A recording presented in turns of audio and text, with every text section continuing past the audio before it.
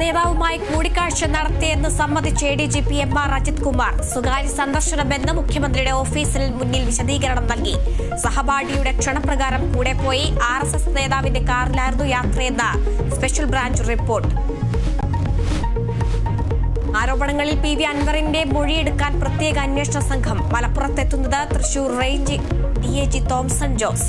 പരമാവധി തെളിവുകൾ കൈമാറാൻ അൻവർ.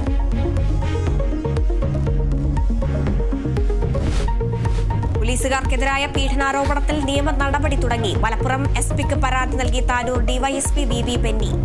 ആരോപണത്തിന് പിന്നിലെ ഗൂഢാലോചന അന്വേഷിക്കണമെന്ന ആവശ്യം കോടതിയിലും DGP-ക്കും ക്രൈംബ്രാഞ്ച് ADGP-ക്കും ഉടൻ പരാതി നൽകും.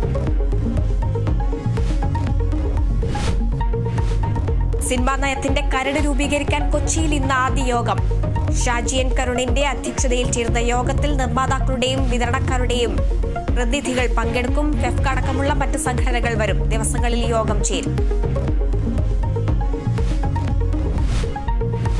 ഹരിയാനയിൽ നിർണായക നീക്കത്തിനൊരുങ്ങി ആം ആദ്മി പാർട്ടി. കോൺഗ്രസുമായുള്ള സഖ്യത്തിനായി ഇന്ന് കൂടി കാത്തിരിക്കും. സഖ്യമില്ലെങ്കിൽ 50 സീറ്റിൽ മത്സരിക്കാൻ നീക്കം. സൂപ്പർ ലീഗ് കേരള ഫുട്ബോളിന്റെ ഇന്ന് തുടക്കം. ആദ്യ മത്സരത്തിൽ മലപ്പുറം FC ഫോഴ്സ് കൊച്ചിയെ നേരിടും. മത്സരം രാത്രി 8-ന് കലൂർ സ്റ്റേഡിയത്തിൽ.